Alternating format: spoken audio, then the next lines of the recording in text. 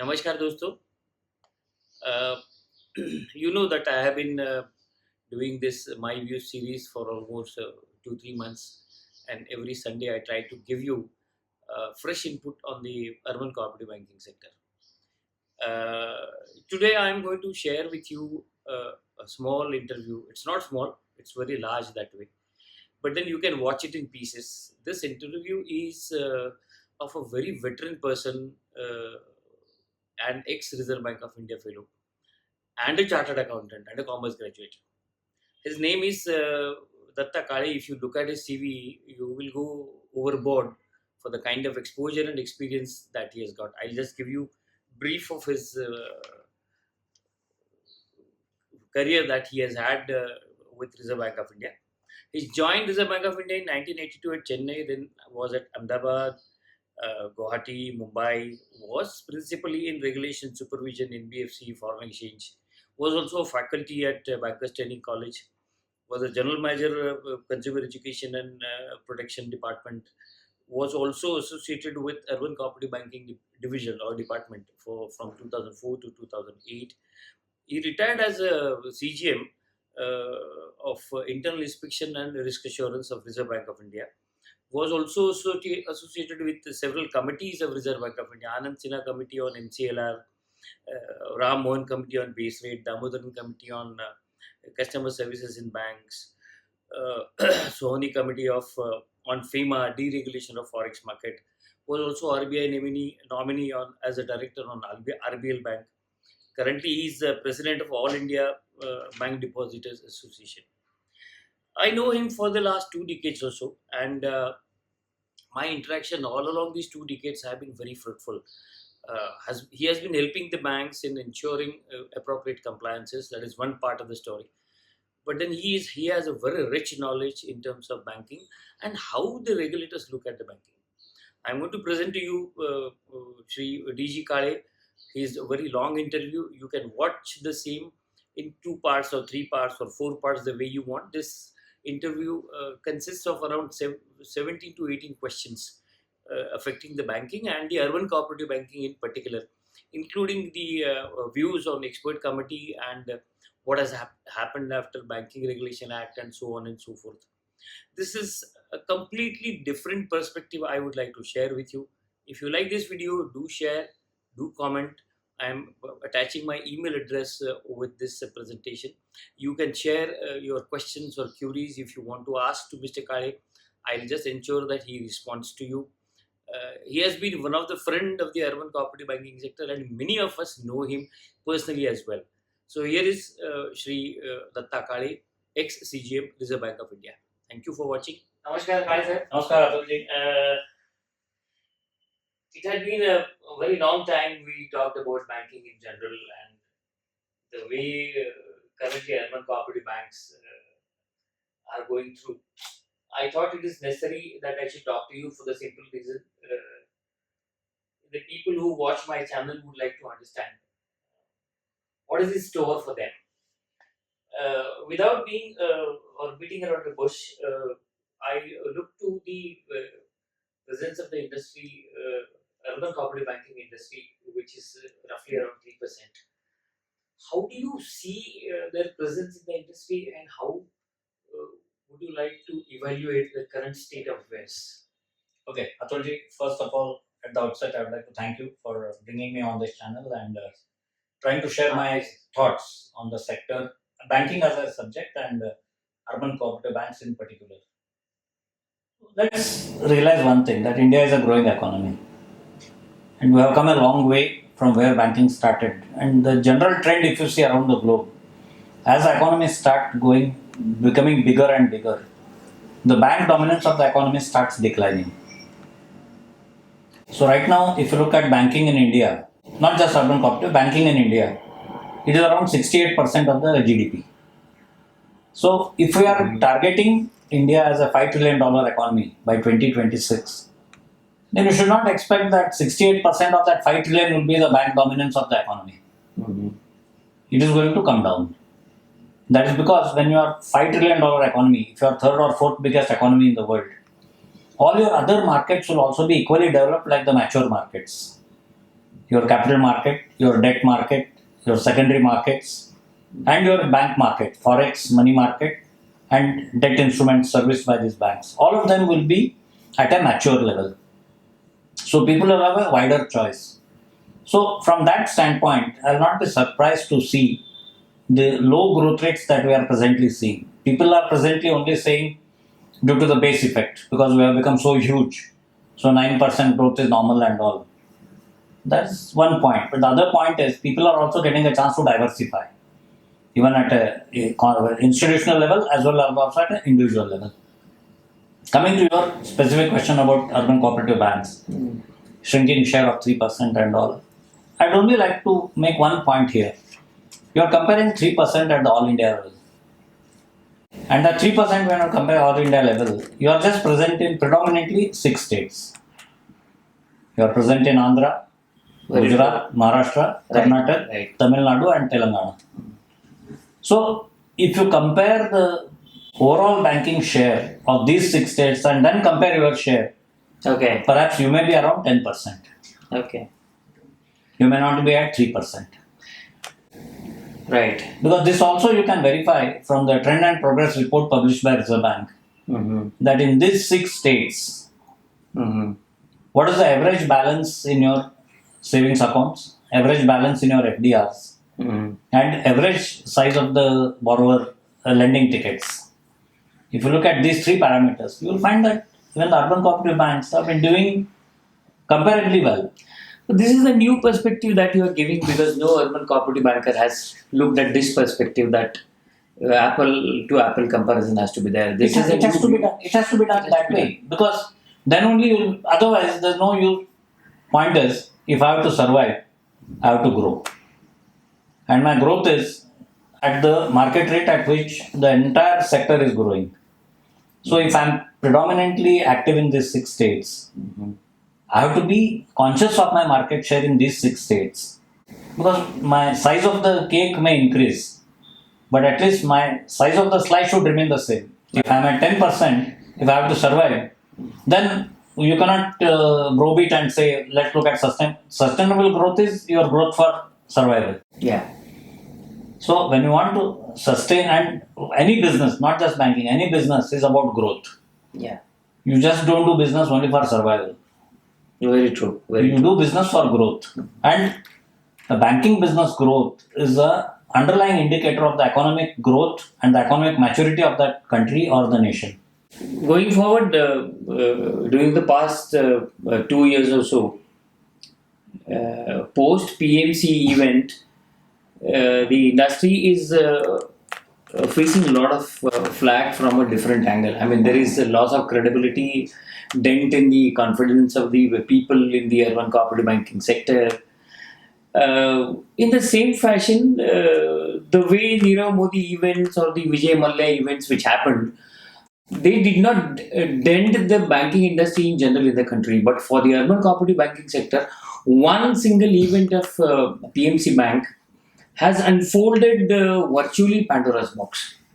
How do you view this, and why public sector banks could sustain the shock of Nirav Modi or Mallya, and why the urban cooperative banks are finding it difficult to face such a situation? Atulji, basically, it is not the question of public sector, private sector, or cooperative banks. It is a sense of comfort which the general public derives from the ownership. So, whether the DICGC deposit insurance limit was 1 lakh, 30,000, or 2 lakhs, if there was money going into the public sector, because people believed that it is government ownership and it will not fail. So, people took the ownership of that bank as a surrogate for sustainability of or the solvency of their deposits with that particular institution. Otherwise, not just otherwise, why should there have been a case like the Yes Bank case?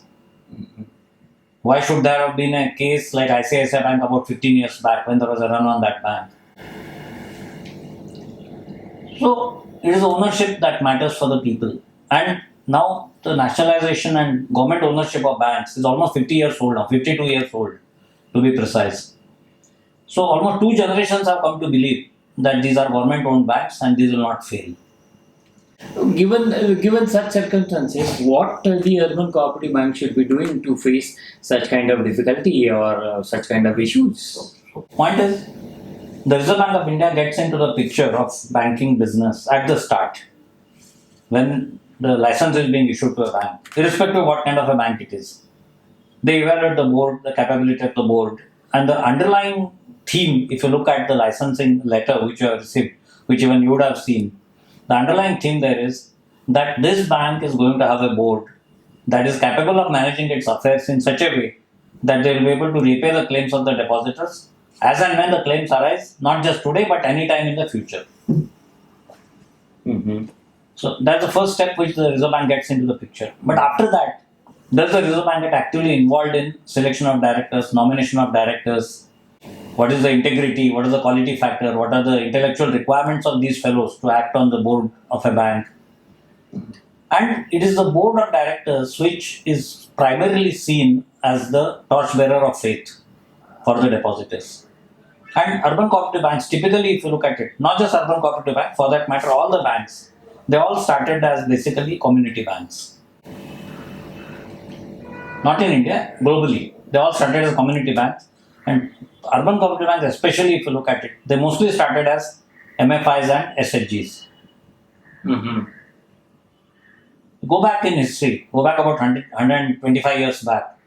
The first bank that came into a cooperative sector, Anyanya Bank, which is no more there today, is not in existence. Mm.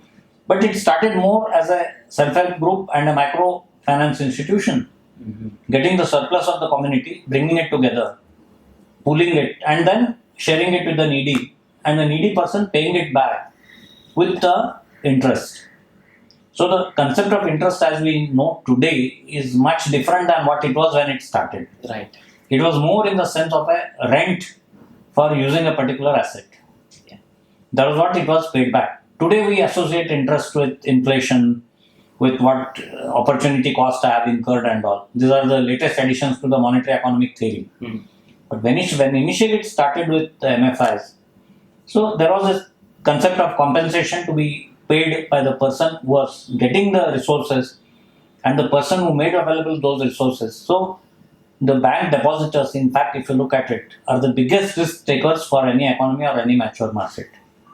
With the PNC episode where there is a loss of around 12,000 crores, uh, what do you think about its revival and how it can come up and retire its liabilities, including the new entity which is likely to take it over, that is Centrum, uh, which we talked about that they are planning to revive the bank. What are the hopes for the people who have placed their money in PNC? Atulji, PMC Bank is a classic case where I think the community feeling was perhaps not fully adhered to by the board of directors.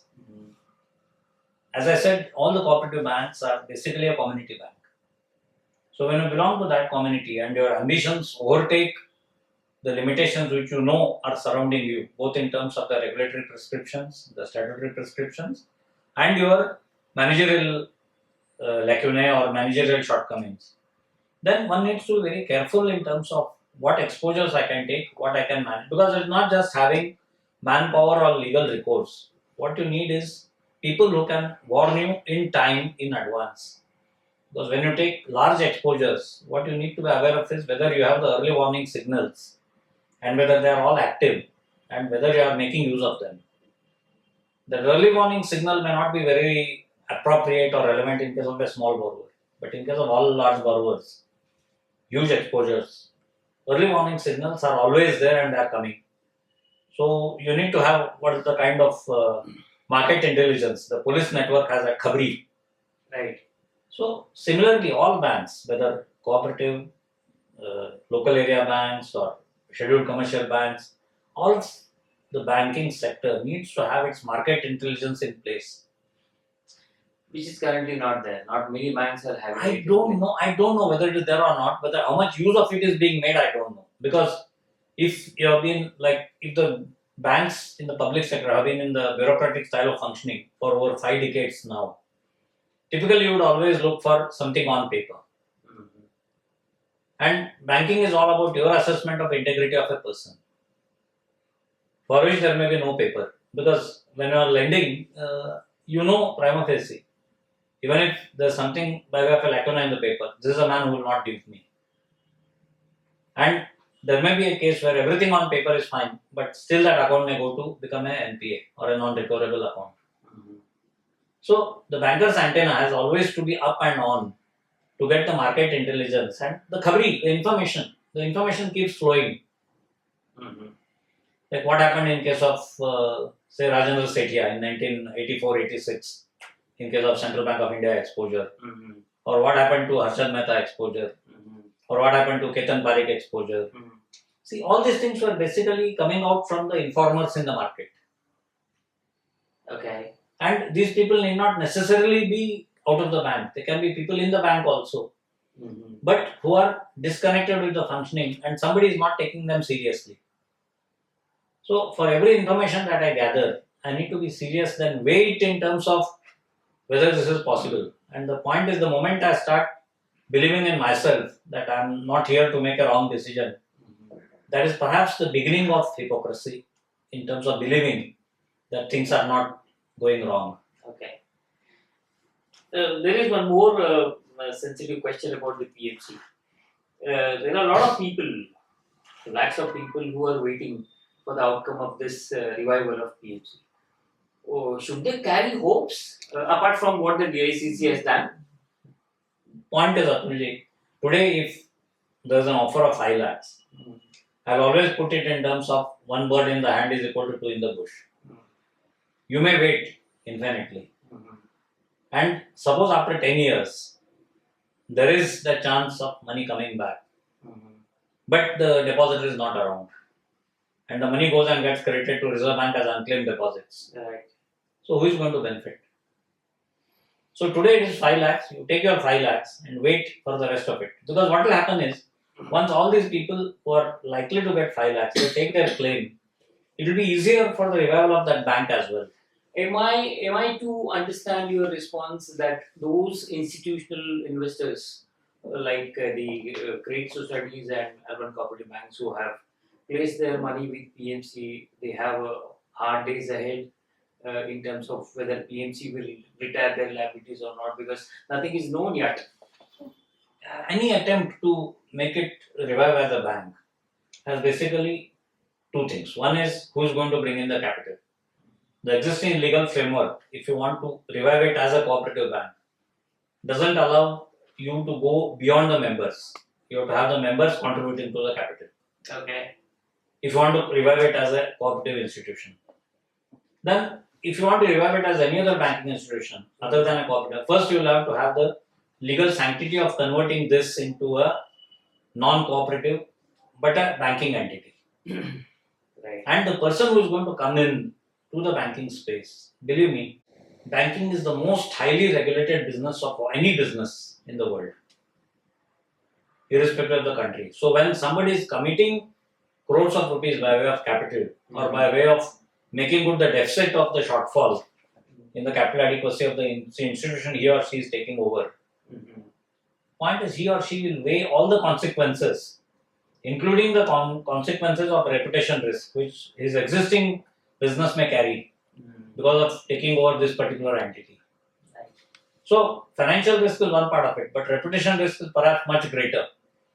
So if you are a non-deposit accepting entity now, and there are a lot of people associated with you, whether those people would like to continue with you if you decide to take a bank and try to revive it.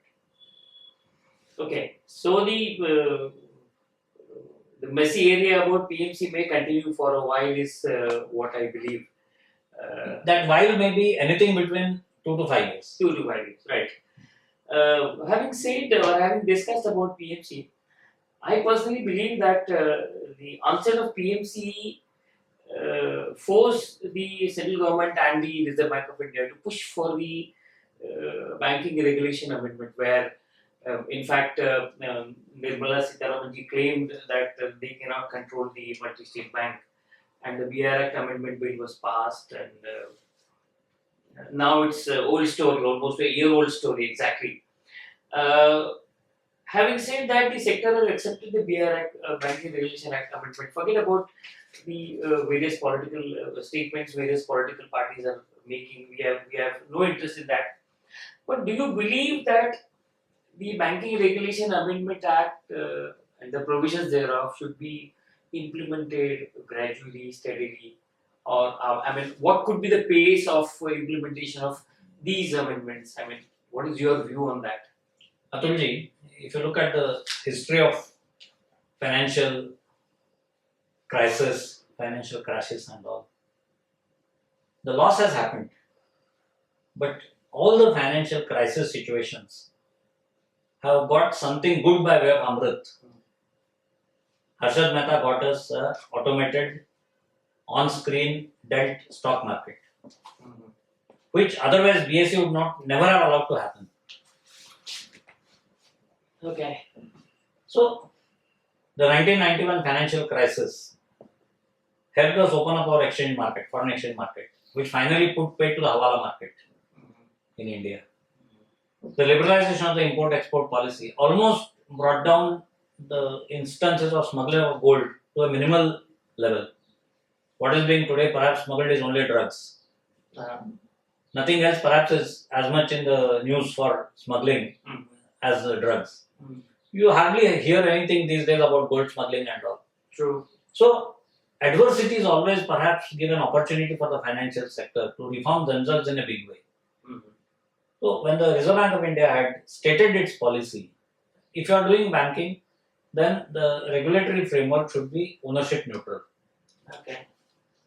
If that is the case, then there should not be any difference between why State Bank is treated in this fashion and why Kalyan Janata Bank or why Saraswat Bank or why Shamrao Vittal is treated in a different way. Because his ownership pattern is your choice of running your organization. Whereas prudential regulation and statutory regulation, they should be the same. So if that is the stated position of the government, cooperation as a state subject or as a subject in the concurrent list, fine. But the only submission that I would make is the state government must realize that even though the banks, cooperative banks are a cooperative society, the business they are doing is the most risky. And it needs a different kind of regulatory mindset on the point at the hands of the state government to have a professional approach to regulating and monitoring the cooperative banking sector. They cannot treat it like another society and make it a form filling exercise. So many members, so many. Because here the risk taking, risk mitigation, risk identity, they are all dynamic. They are not one time in a year events that you do your AGM on this day, it's all about risk. And why this is important? Because even if it is a state subject, you need to protect the citizens of your state. It is your state citizens' money which is at stake. So there may not be any fight on dual control. And in fact, you are having the onerous responsibility and an honorable job to do by regulating the banks in a professional way, even as a register of cooperative societies. So like Andhra, they tried it in the initial phase. They tried to have two acts for the cooperative societies, one for banks and one for cooperative societies. That was a thought in Maharashtra as well, but it has not seen the light of the day. It must come into being. Because then only are we able to identify and pinpoint, okay, this is a cooperative society which is into high risk.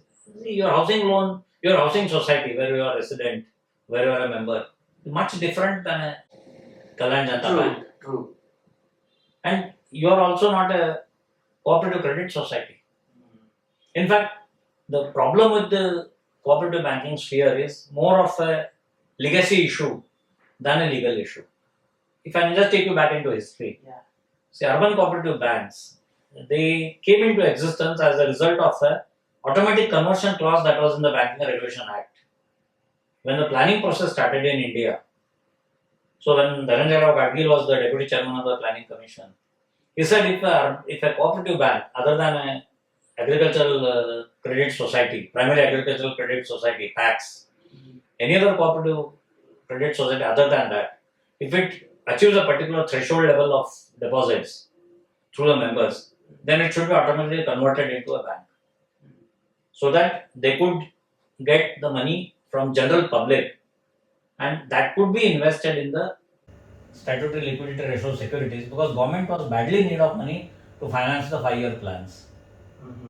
So when this thing became order of the day and people started realizing the risks in this, in 1966 the government was forced to amend the act and then bring in the chapter other than section 56 to say that this will be the banking regulation as applicable to cooperative societies. Until that point in time, the urban cooperative banks that had come into existence, they were a responsibility of the Apex State Bank.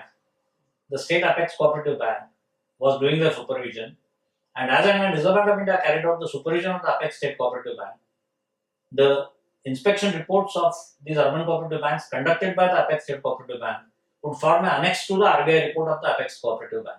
Okay. So, Not many of us know that. so the RBI inspection of urban cooperative banks started sometime only in 1982. Not before that. Precisely, it started after the formation of NABARD. Okay. Otherwise, urban cooperative banks as such were never on the radar of RBI for direct supervision. They were always in the supervisory umbrella of the State Apex Cooperative Bank. It's very interesting to get this input because normally the urban cooperative banker doesn't go for such a historical study to understand the impact of it. And Latulji, this is exactly where we come to the problem of your scheduling and non-scheduling of the banks. Because the State Apex Bank was a scheduled bank by definition from the day of inception, and because these were under their umbrella, there was a problem for the Reserve Bank to recognize them directly as a scheduled bank because these were not licensed initially. They automatically got converted into a bank. Okay. So they introduced a class of a bank known as non-scheduled banks. Okay. Otherwise, there is only a scheduled bank, no bank. Okay. Otherwise, how do you explain a regional rural bank coming into existence and on day one it is classified as a scheduled bank? There is a local area bank which may be smaller than many of the urban cooperative banks. On day one it comes to existence and is classified as a scheduled bank. Okay. So, with all these amendments and all, I would be happy if the Reserve Bank pursues with the government to make all the bank. And secondly, at that point in time, for a scheduled bank, it was mandatory to have an account with the nearest office of RBI by a principal account for monitoring the CRR and also a SGL account for monitoring the SLR.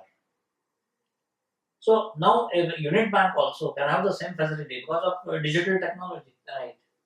So you can open an account. And that is also the reason why your balances with the district cooperative bank and state Apex cooperative banks were treated as equivalent of CRR. And the one advantage that happened there was you were covered for CRR under the BR Act, which was mandatorily only 3%. Very true. Whereas if you had gone in the scheduled status, you would have had to go for CRR sometimes up to 15%. Right. So this is all fresh input for a lot of my watchers also, and to me also. But then, as you rightly said, that scheduled bank or no scheduled bank is the ingrained concept that you explained. Recently, an expert committee was formulated by Reserve Bank of India to draft vision for the urban cooperative banking sector and has come out with several recommendations. They want to bifurcate banks into 4 categories, and then there is auto transition to a scheduled status, auto transition to the multi-state status. All those provisions are there. I don't know whether Reserve Bank of India accepts the report and how does it implement. It's only the time will tell. But then this report normally how much time it should take to get implemented is the first question. Second question is, so what's your view about this expert committee recommendations and how soon you feel that these recommendations would be implemented? Atulji, Reserve Bank has been quite proactive in many of these regulatory changes or regulatory mandate landscape. I was with the Reserve Bank for almost 3.5 decades. I've seen many such initiatives by the Reserve Bank. If you look at the urban cooperative banks itself, the first big document which I've seen is the Madhavdas Committee report. Then there was the Marathi Committee report. Then there was the Malayagam Committee report. And now we have the Vishwanathan Committee report. And There have been so many committee reports, but how many of them have seen light of the day? I'll put it as 50-50. Some committee reports have just been confined to the cold storage. One such case could be the bank deposit insurance recommendations made by the committee for reforming the bank deposit insurance in the country. That committee's report was quite relevant, and they wanted to make the DICC on par with FDIC in the US. So the deposit insurer also has his right to supervise and then see how much he can pay by way of compensation or when he should pay without waiting for RBI. But that thing never came into the limelight in terms of implementation and all. So depending on the understanding of the situation between the government and the Reserve Bank and the emerging needs of the banking industry, so the regulation always keeps getting manifested in terms of changes or in terms of tightening or in terms of loosening or in terms of modifications. Here, in terms of this committee report, any committee report for that matter is a mixed bag. There's nothing like, and what we feel perhaps good or what we feel is not so good is all relative. Because it ultimately depends on my sense of comfort and my sense of ease with the implementation. Look at it. But when we talk about the vision document, for any sector, the vision document cannot be different than the vision of the country. So when the vision of this country has been given by the big man, our Honorable Prime Minister, as a $5 trillion economy by 2026. Earlier he was saying 2025 because of COVID, we have postponed it by 1 year. Or maybe it may get postponed by another year. By 2027, if you want to be a $5 trillion economy. Then all other policies should be aligned to that vision. So how the banking industry will contribute to achievement of that national vision becomes the goal. And prudential regulation is a business enabler, also a base and first level risk mitigant. It is there to protect the bank and the depositor from a macro level perspective on risks which a bank would face. That is the purpose of regulation.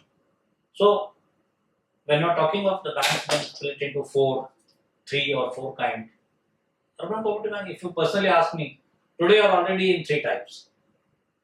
You are a unit bank, you are a bank confined to a state with a limited area of operation having a few branches, or you are a multi-state cooperative bank. And then there is other big classification in terms of scheduled and non-scheduled. So, this classification, if it is going to be replaced by size in terms of the liabilities which a banking entity can contract, then the regulation also should be equally different for all the 4 types of entities. Regulation should typically help you in managing risk and not creating risk. And regulation also cannot get into micromanagement of a bank's affairs or a regulated entity's affairs.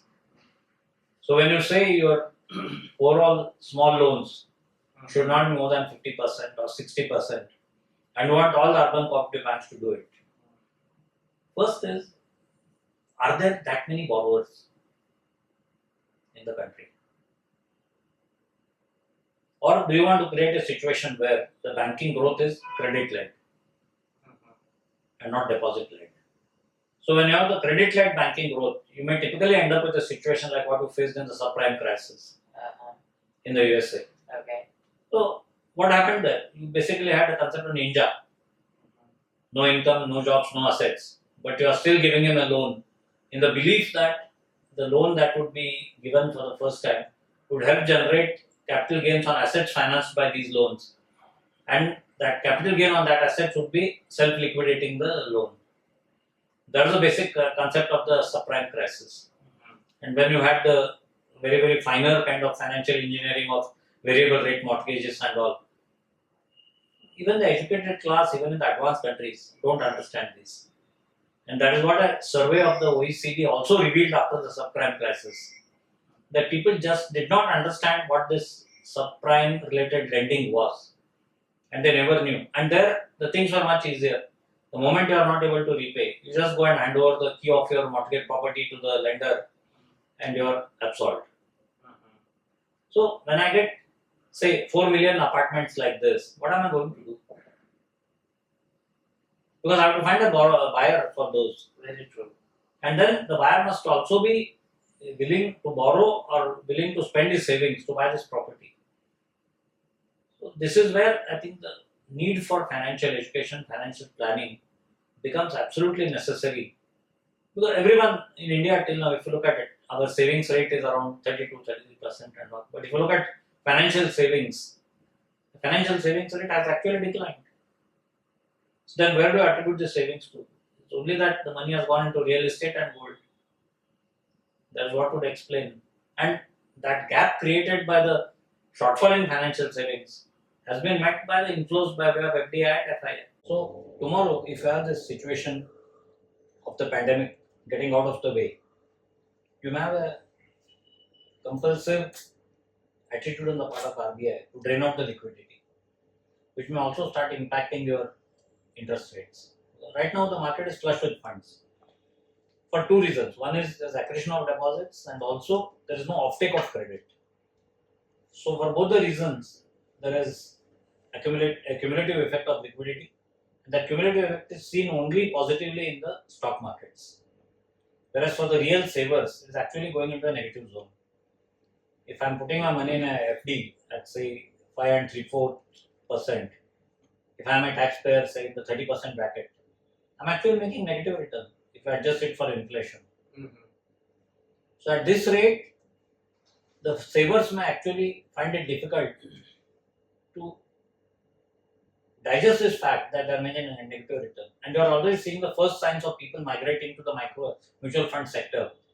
If you look at the flows, somewhere in the range of 60,000 to 90,000 crores per month over the last one quarter, if there's an indicator, then that's good from the macroeconomic point of view, because then the market will not depend on FII inflows for demonstrating their strength and the rally. So the rally would be purely driven by domestic institutional investors or domestic investors, and nobody can then say that we are dependent on foreign money for propping up our stock market. And there's also visible from the way the dollar rupee exchange rate has held up so far, despite all the pressures and all. It has never weakened. It's still steady at around 73, 75. And there are a lot of economists who feel that on a real inflation adjusted basis, real exchange rate basis, the rupee is highly overvalued. People are saying that. And it's actually impacting the current level is actually impacting the exports negatively. But at any point in time, you have to always remember your quality is what speaks for you, irrespective of the exchange rate. I can tell you, when I joined the Reserve Bank of India Treasury, the foreign exchange reserve management team, we were looking at dollar yen at 246. 246 yen to a dollar. Okay. And after 8 years, when I left the treasury desk and went to the regulations department, on that day, the dollar yen, for a dollar, it was getting at 80. And still, the current account surplus or exports are not suffered. So look at the focus on quality. This is what to explain. So coming to the committee recommendation point of view, if you want to align the vision to the national vision, and as I have said in my opening statement, that as the economy starts growing, the bank dominance also will start coming down. So by the same logic, you should believe that you may be in a situation where your current level of SLR may have to drop down to 15%. Because the size of the government borrowing may not grow with the phenomenal growth in GDP. Okay. So if I want to maintain it at current level of 22 or 23%, there will be no paper available. Then I may have to allow substandard credit quality paper to be reckoned on par with statutory liquidity ratio approved investments. So there is a legal possibility, and the amendment to the BR Act has already provided for that. The Reserve Bank has the power, in consultation of the government, to bring it down to 15%. Right. So this committee should have reflected on that as well. In terms of if the SLR were to drop to 15%, what are the alternative channels of investment where these banks can go? Because when this thing drops to 15%, what you are saying is you are going to have 7 or 8% more funds with you. And if you have to deploy again those in the same retail sector with the exposure of to be manned at 50%, you may not have borrowers. And the second fallout which is going to happen is we're not going to have $5 trillion. Everything is going to grow in size. Like recently, you changed the definition of a MSME. So similarly, the definition of a small borrower may also have to undergo a change. Very true. So if that happens, then can you have quantitative restriction or minuscule regulation governing you? So you statutorily define it and leave it at that. I would be happy had that been the recommendation. Of course, this is only a recommendation. Yeah. Whether Reserve Bank will accept it or not, it is to their wisdom. And the very fact that initially when you said about market, I forgot to make one important point.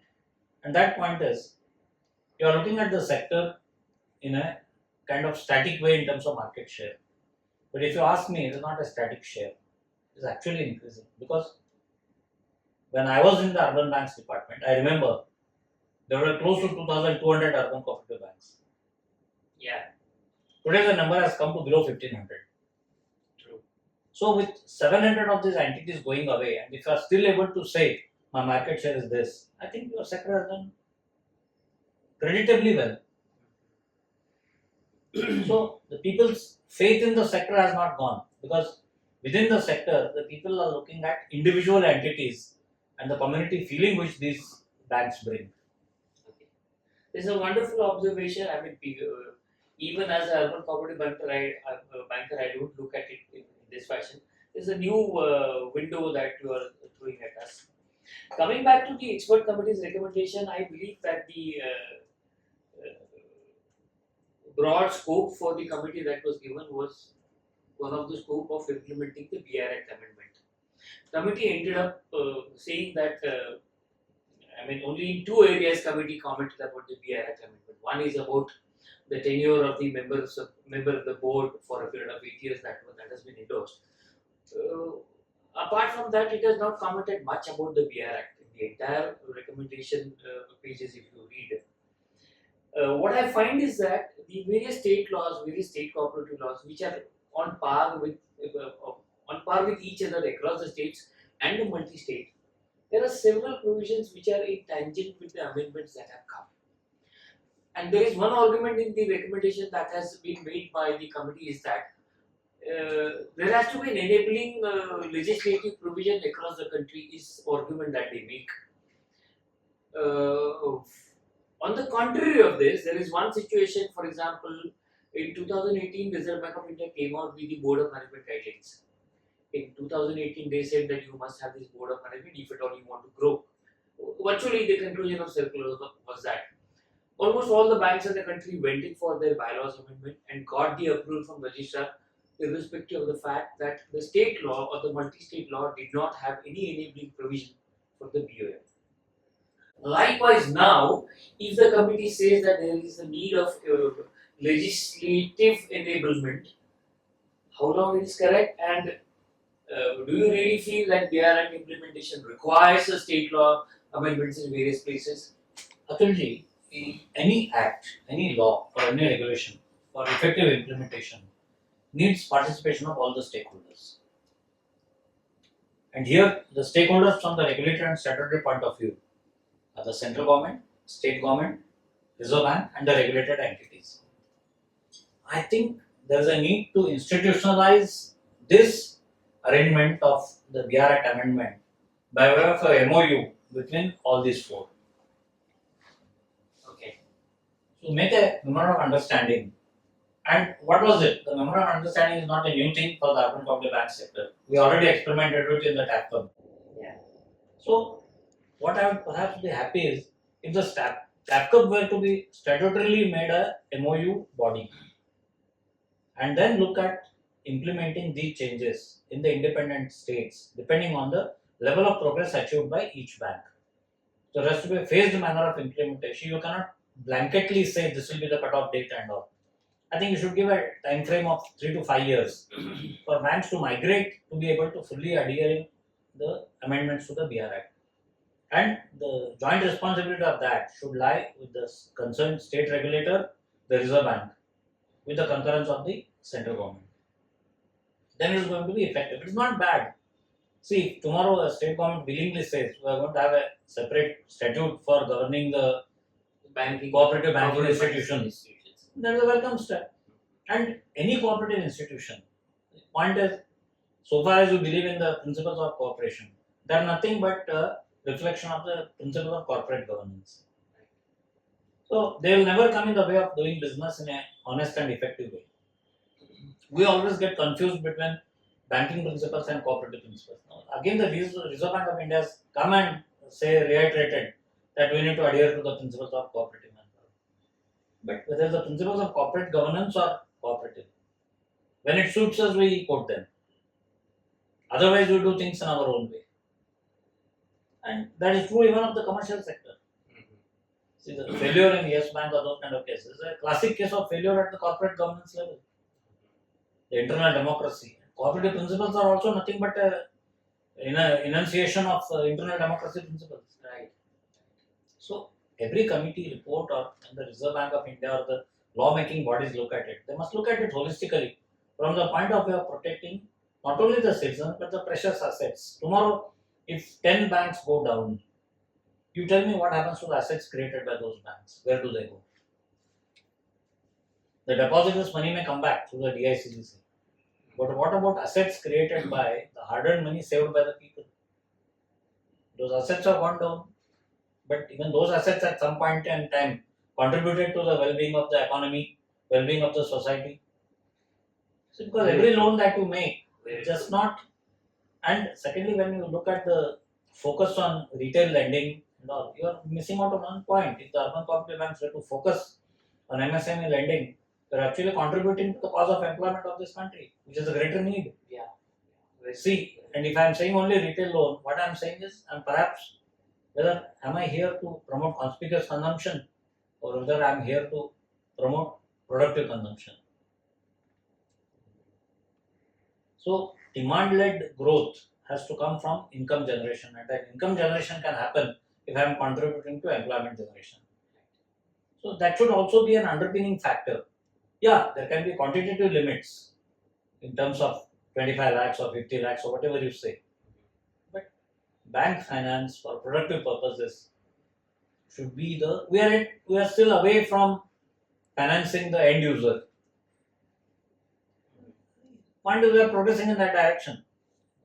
For the larger banks now, Reserve Bank of India has already put in place what is called as the large exposure framework. If your total borrowing is more than 1500 crores from the banking system, then you can access banks only to the extent of 60% of your working capital gap. 40% you have got to go and take from the market. So now, if that 40% will be raised from the market, who are the investors in that particular product? It may be NBFCs, it may be savers, and in the non-SLR segment, urban cooperative banks also are going to be investors in that. Very true. So, regulatorily, I must have the freedom also to look at that investment within my risk mitigation parameters. It should not be hands-off area for me. Because the people are going to the market. And appraisal standards can be the same rigorous standards which I am using for credit appraisal. So, the appraisal standards at an investment proposition or as a credit proposition should not be different. Because I should look at investment also as a credit risk, and a credit risk of the kind which I get on my books when I do direct lending. Here, unfortunately, what happens when we look at investment, we try to look at investment as a guaranteed return and a guaranteed refund of principal, which may not be the case, and which was a dream shattered for many people who invested in ILFS and DHFL. Yes. Because what was wrong? I mean, I'll primarily say your appraisal was wrong. Very true. Going forward, I also looked to a couple of recommendations which the expert committee has made. They have given extraordinary significance to the umbrella organization, the concept which NAFCOM was fighting for almost 5-6 years. Now, here is the committee which says that if you are not going to be a member of umbrella organization, you need to have a higher CRR. Secondly, couple of assignments which have been given to umbrella organization akin to the regulation and whether the Reserve Bank of India can endorse couple of its rules to umbrella organization. Obviously, that cannot be the story. Apart from that, what I find is that there is some gap on the ground realities and what the expert committee has recommended. How do you perceive this and how do you comment on this? Atulji, for a banking entity, the final and the only umbrella organization is the RBI, right? Statutorily, legally, morally, regulatory. And tomorrow, even this umbrella organization can be called into question in a court of law, like the Board of Management. You asked me about the Board of Management in the earlier question. See, Board of Management, let's remember one thing. It's basically a German concept. Okay. You just have it in cooperative banks in Germany. Because some of the banks in cooperative banks in Germany are absolutely huge in size. And then I realized, adhering to the principles of cooperation by having the members as the board of directors or the board, we are not going to be able to get the professionalism required to manage a risk venture like a bank. So we needed a board of management. And the board of management also was more of an advisory body to the board. Okay, this is looks like an acceptable risk. Now it's for the board to take a final call. In the Indian context, why there is a need for a board of management? If you look at it, other than unit banks, most of the banks, or for that matter, all the banks, in the big, small, or whatever it is, all the urban cooperative banks, almost 95% and above decisions, credit, market, investment, projects, almost 95% plus decisions are taken by the board. So who is there to aid the board? What inputs are going to the board? Now, you have people coming in terms of various disciplines contributing to the cooperative segment of that particular entity. But today you require people who are able to see the future in a visible way and tell you this seems to be risky. Because the whole world is undergoing a transformation at a huge pace. If you look at it, the American Bankers Association recent speech of Bill Gates, what he said, and it's very revealing and very mind-boggling statement he made. And the statement Bill Gates made was, we require banks but not bankers. So what do you make of this? So you are really calling into question the institution of banking as you knew it. So I can be a virtual entity and still do banking. I need not have a huge brick and mortar structure. So Atul as a banker is gone, but Atul as a banking entity through KJSB will remain. And that's possible technologically. So when you are looking at these kind of emerging technological scenarios and emerging market scenarios, you require a board that is a visionary in its own way. So when I'm saying visionary, my past experience really doesn't come into play. What I have done over the last 40 years is irrelevant. Okay. Between 1920 and 2000, the total technological transformation that the society has seen, and the technological transformation between 2001 and 2020. The 2001 to 2020 is a technological transformation of more than 200 years. Then what happened between 1921 and 2000? That is after the end of the First World War to Y2K. So technology transformation, and it is affecting us in every sphere of business. There is a BPR, there is a business process re-engineering required at every level. So when you are talking of business expansion, when you spoke to me about bank share and all, I'd say gone are the days when you are going to be evaluated in terms of number of branches. You are going to be just seen as how many customer touch points you are providing. And when I say customer touch points, I'll say every digital smartphone of your customer is a customer touch point. If I am able to provide my service, talk to my customer, share with my customer, get his feedback, get his complaint, that's a customer touch point. And you got now data from NPCI coming last 1 year. If you look at it, ATM number has shrunk. So Yes, today when certainly you are on going the to ATMs today when you also. are going to ask this question, business expansion, are you going to say that I'm going to be having 20 ATMs more from here, 20 branches more from, and that is a very moot question which every board should ask its executive. How you want to expand banking without expanding the brick and mortar framework of this bank? That's a question that's going to be there for every banker to be able to answer in the coming future. So that should take us forward in terms of looking at board of management and the amendments to the BR and the expert committee. You have to look at it in terms of two things that simultaneously happened, rather conflicting or contradictory. I don't know. One was they had this expert committee, and simultaneously Reserve Bank of India appointed a regulations review authority, Yes. to which also the people made submissions. Now, regulations review authority is perhaps more higher in order than the expert committee, because the regulations review authority does the review of regulations, because financial sector regulation or for that matter any sector regulation comes with two three things. One is cost of implementing the regulation, cost of compliance, and cost of non-compliance. Tomorrow, if I'm fining, say, X bank, monetary penalty imposed, who pays that penalty? Today, we are very willingly reading all those press communique, such and such bank fined so much. But is the concerned official who is responsible for the lapse, is he paying or the bank is paying? If the bank is paying, then it's the depositor who is finally paying the penalty. And that's where I think the effectiveness of the BR Amendment Act comes into question. If tomorrow the Reserve Bank is able to pinpoint a single director saying this was the person responsible, this was the official responsible, then Reserve Bank has the powers to penalize that particular individual or that particular official. And that would be perhaps more fair from the customer point of view. Rather than penalizing banks. And that is the reason why, even for very huge lapses also in India, you don't have penalties running into hundreds of crores. You just have 2 crores, 5 crores, and all. See, after the Northern Rock crisis in UK, Northern Rock, that was just around the time the subprime crisis happened. Yeah.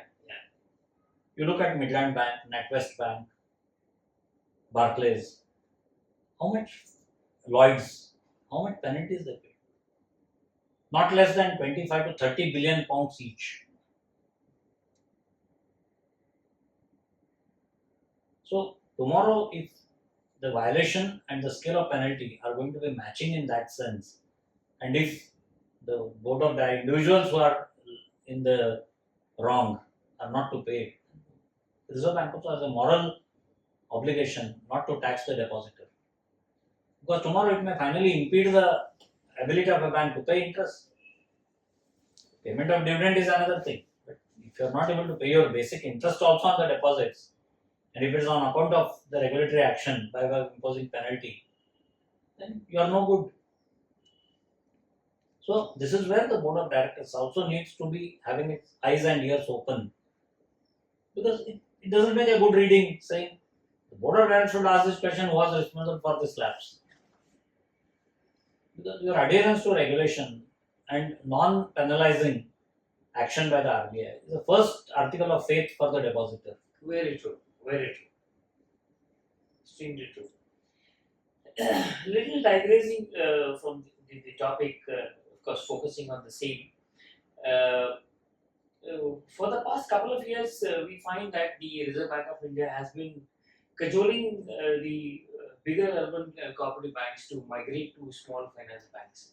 Even the expert committee report does make a reference that the Tier 3 and Tier 4 Reserve Bank of India visualizes that they would be functioning as a small finance bank, something like that. Why such a push, or what is so great about small finance banks, and why it is being driven by Reserve Bank of India despite resistance from the all corners of the country? See, the point is, if you are converted into a small finance bank, one is then you are under the monolithic umbrella of the RBI from the regulation point of view. Then, if you want to convert it into a scheduled commercial bank, not a small bank, scheduled commercial bank, there is perhaps a hidden agenda on the part of the existing bigger banks not to do that, because you lose a prime slot of economic property which you are owning by way of controlling interest in that entity. Okay. Because when you go under the BR Act, then all your holding norms, shareholding norms, voting right norms, everything gets affected. So today, if I am able to control the affairs of a bank just based on one member, one vote, and instead of that, I become a listed commercial entity where each vote, each share carries a vote, and then proxies become important. And the proxy war will set in. And the person, if he wants to retain control of the bank or the community, it must be financially that strong to be able to sustain the market forces and still retain control. Because then there can be either creeping acquisitions or hostile acquisitions of banks that get listed. Or the realization on the part of the bank that perhaps, because the first bank that happened of this type was the DCB, it converted into a private sector bank in the 1994 regimen. But in the same 1994 new banks, private licensed new bank, 9 banks came. 2-3 banks realized it is not our cup of tea. Because you cannot think of doing any other business if you are in banking business. Not from only a regulatory point of view, but it requires your 24/7 attention and involvement. Anything happening anywhere, whether you have exposure to party or not, anything happening anywhere. Now, let me tell you, why you should be so much worried about the war in Afghanistan? Still you are worried. Because any breakout of that can impact the oil prices, can impact your borrower, can impact your depositor. Very true. You have no exposure to Afghanistan, but you are still impacted. So that is the reason why perhaps RBI in its wisdom thought, but it would make sense for smaller banks to think of converting into small finance banks, because anyway, even those shares have to be listed. And the advantage from a layman's point of view, I'd say, is the shareholder will be the biggest beneficiary. Because unless you allow trading of the cooperative bank shares at a book value level at least, based on the realizable or exchangeable value, as even calculated by the RBI, not even by the auditor, if you allow that, then perhaps the sector would be more healthy and more clean. And that may also facilitate more positive and more feasible mergers and acquisitions and amalgamations. But today you are just looking at everything as 10 rupee as 10 rupee. You are not looking at book value. And most of these things you are looking only when the situation is bad. But if you change this regulation to allow for trading of shares at a book value, maybe even the banks which are doing well, they may come to the table and say, okay, why not we merge, and because at least the institution we started will survive. I have one more question which you can refuse to respond. A little bit political, but then either you can answer it with sugar cookies or you can simply skip the question.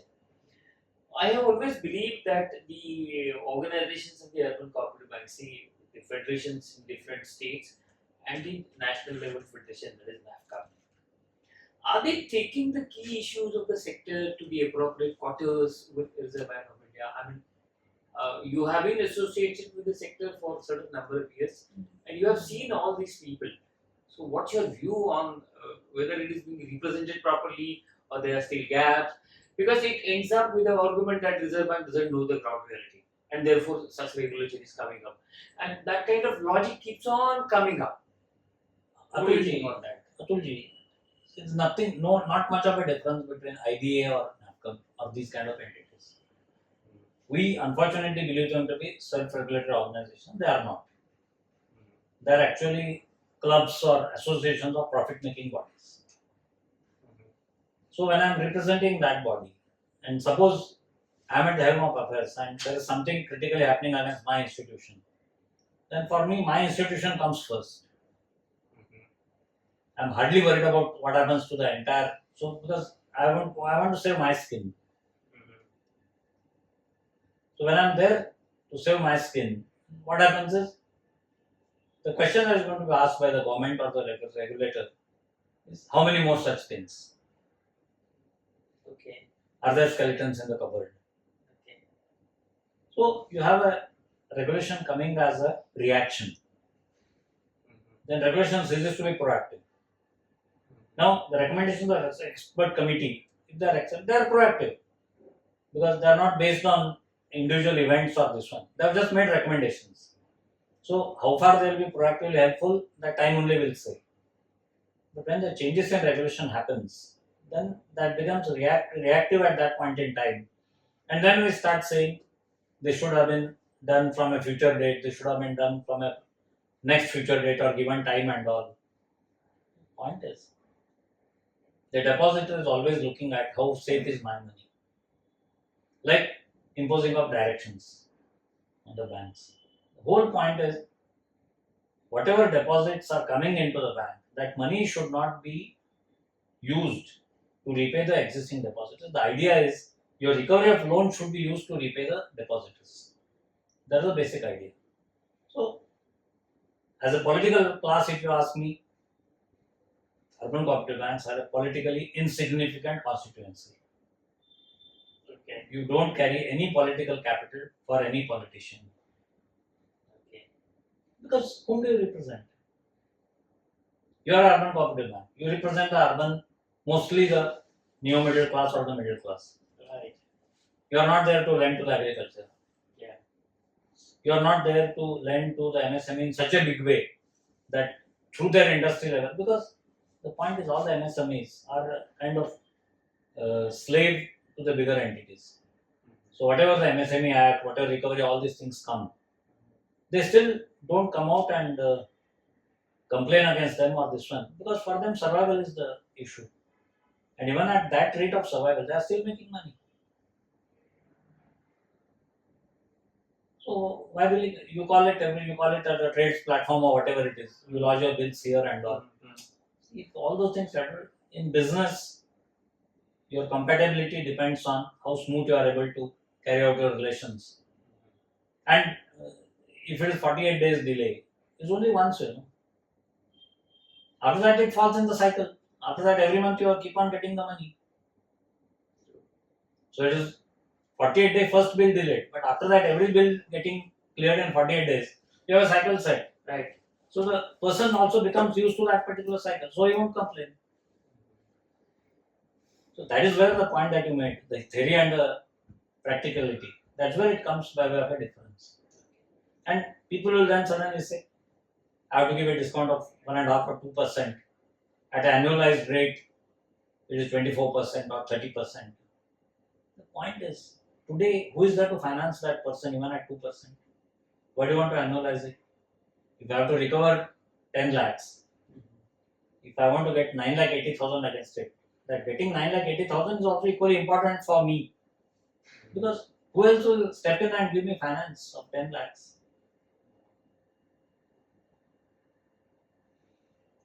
I mean, you have traveled across the countries also. You have seen various other global cooperative institutions and banks.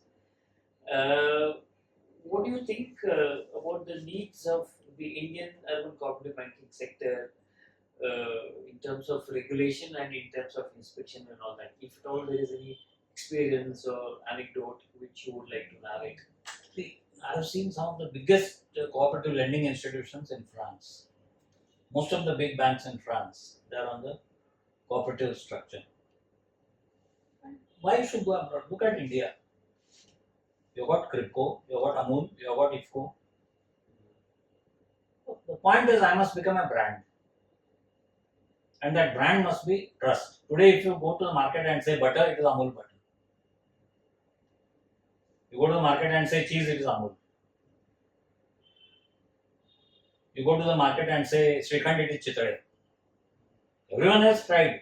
But so urban cooperative banks also, instead of trying to look at a very, very umbrella organization of the sector and all, you should be worried. You should be worried about the solvency, profitability, and liquidity of each individual institution and look at your growth path from 3 to 5 years. And while doing so, be very clear that try to err on the right side of the regulation and right side of the law. You will never get into trouble. It is very easy to do that. It is a matter of habit. I know you and your bank. If you have decided to err on the right side of regulation and law, it becomes a habit with you. Speaking truth for the first time is difficult, but once you speak truth for the first time, then no, Right. and speaking truth, one good thing is you don't have to remember too many things because if you're bluffed, you need to remember so many things. Right. To whom you said what, Very true. in what context you said. So same thing applies to the banking institution. I don't see it as a problem. Your advantage, the urban cooperative banks, unfortunately, in a hurry to grow and all, have lost out on the USP, and that your USP was your community man. Where you started, where you grew. So I think you have to re-establish your connect with your community, with your small person, and small in terms of not the means or anything, small in terms of what people would otherwise perceive as value to business. For me today, my 100 depositors are perhaps more valuable than one big borrower who may finally dupe me and go.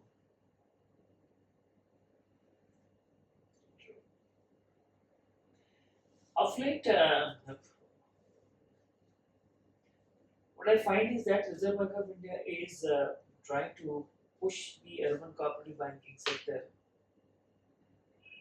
towards risk management, which they were earlier not exposed to. And the urban cooperative banking sector as a whole is, while few bigger daddies in the sector, they're not mentally prepared to handle this onslaught of risk management.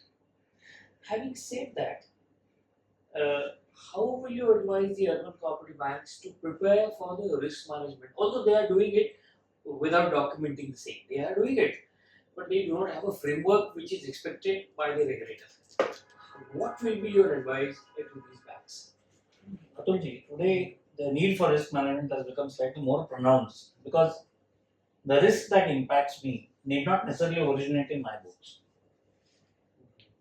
It can originate anywhere. That's why I need to have a detached view of things.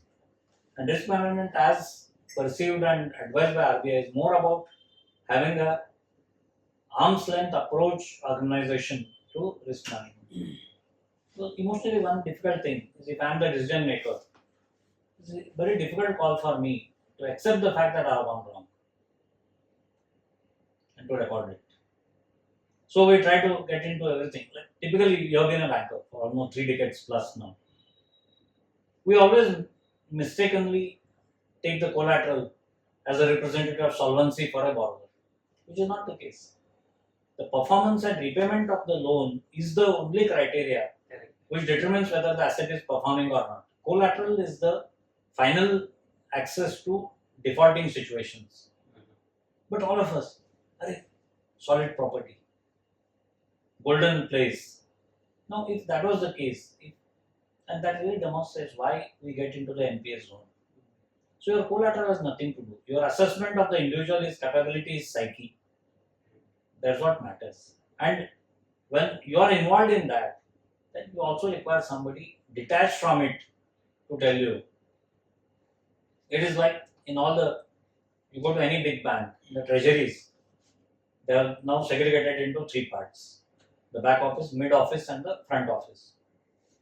The risk management is always done by the mid office and not by the front office.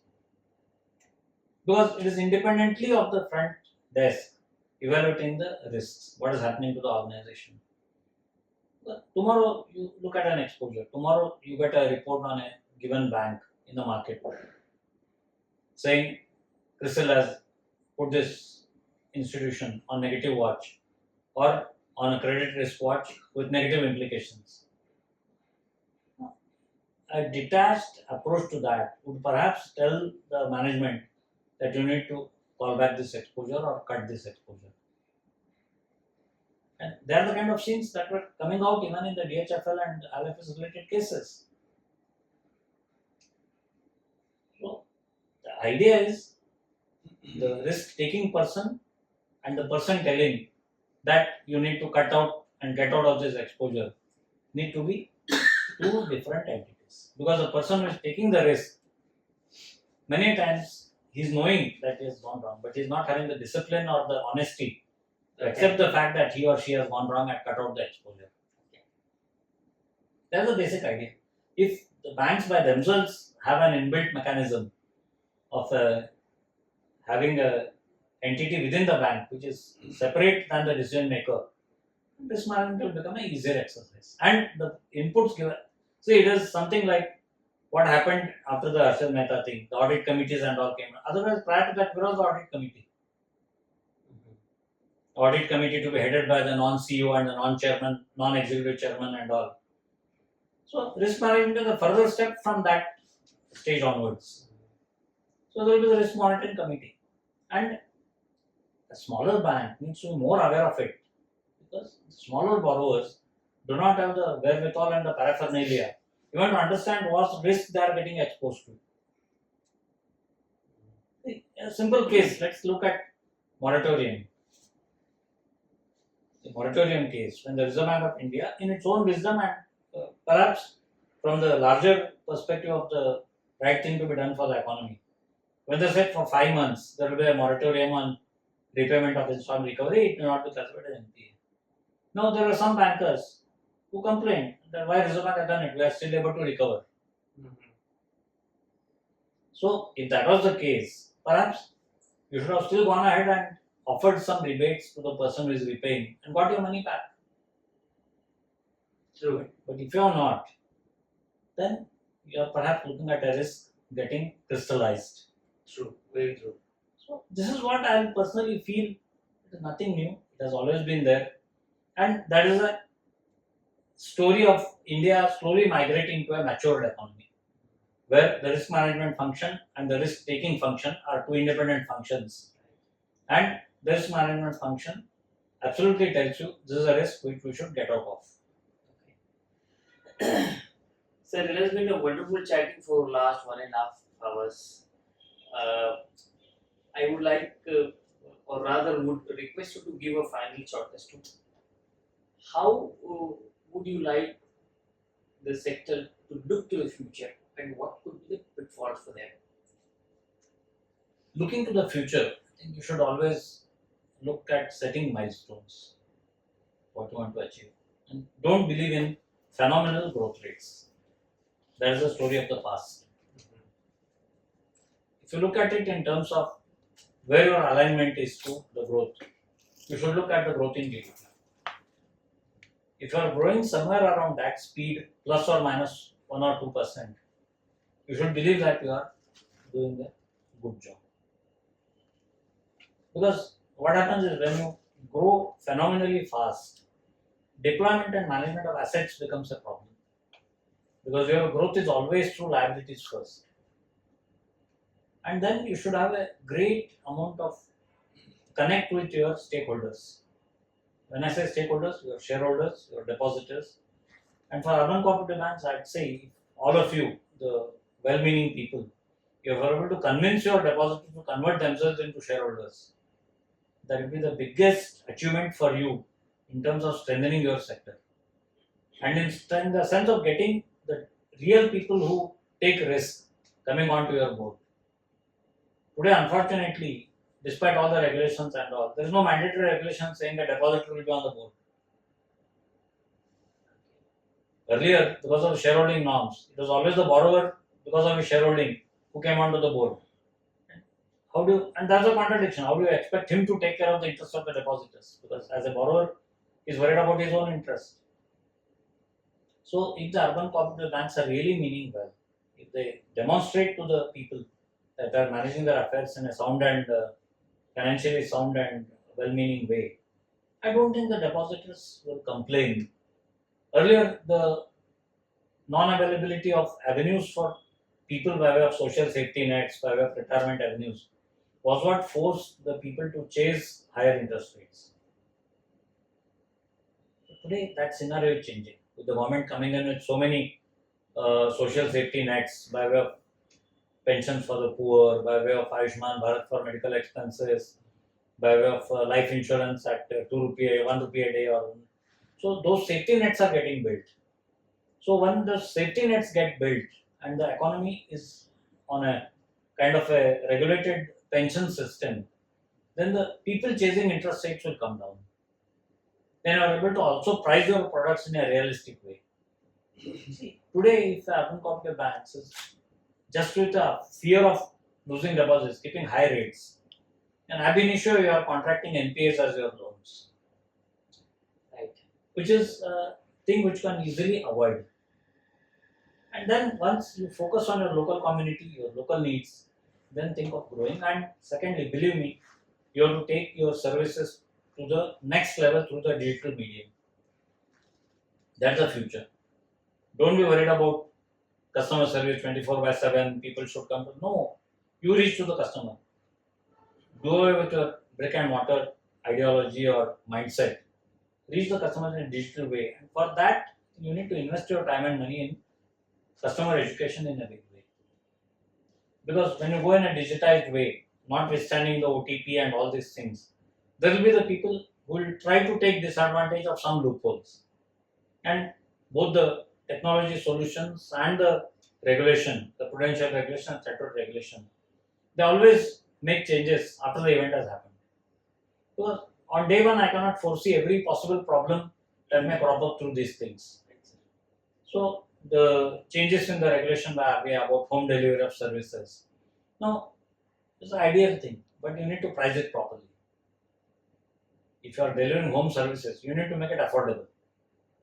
If somebody has called for a cash withdrawal at home, if the person is 90 years old, and if he has withdrawn 5,000 and you charge him 400 rupees, it's a disservice. Yeah, it's a disservice. So you need to price it properly. Have by way of retention charges per month. For home delivery of service, we are going to charge you 500 rupees per month. And home delivery charges maximum twice a month or 3 times a month. You can define those kind of things.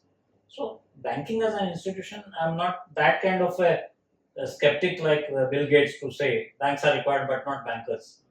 The bankers will also be required, but the bankers need to go with their face to the people because the customer is becoming faceless. See, from earlier class banking, we want to mass banking. From mass banking, today we are migrating to faceless mass banking. So when you have a faceless mass banking, then it becomes difficult to discern. So your customer classification, customer segregation in terms of risk, whether it's a depositor or a borrower, that needs to be more robust. Any single event happening somewhere, anybody getting noticed or anything happening in the social media. So I think you need to have proactive approach to the social media to track your customers as to what is happening to them, or is there anything getting reported about them. Because today the pace of digitization might perhaps push people to go for private banking. So according to me, perhaps the next big challenge for all the banks, emergence of private banks, private bankers. So tomorrow even Atul Hirwadkar as an individual, if he decides to start a private bank in his own name as a private banker, legally it may come through. And you may do thriving business just by affording privacy to the people. Okay. So that may be a challenge for banks in the coming days. So if there are 10 or 20 good bankers in your urban bank sphere, if they decide to go to private, New Zealand is quite a vibrant and thriving private banking space. New Zealand has the highest number of private bankers. So tomorrow, if you decide to go and become a private bank, as a private banker, as an individual, today by law, only a company or a cooperative can become a bank. But tomorrow, even a LLP or an individual may be allowed to become a bank. Because if Atul has 20-25 crores of his own, why should not become a bank? And that private banker will also include wealth management advisory. Right. So that is a challenge. According to me, the challenge is not so much from foreign banks and private sector banks and all. The next big challenge, according to me, perhaps is private banker emerging as a real challenge. Right. And if the number of high net worth individuals in the society increases, private banking will become the need of the hour. Sir, nice talking. Excellent interaction. Beautiful. Thank you. Thank you so And, much. Thank you so much. I think you should have more feedback coming and Yeah. given to the people who are participating in these kind of initiatives. Yes, sir. So that the point is, it's more of sharing of knowledge and ideas than ideology. Absolutely. Absolutely. Thank you so much. Thank you, Atul. Thank you so much for giving this opportunity.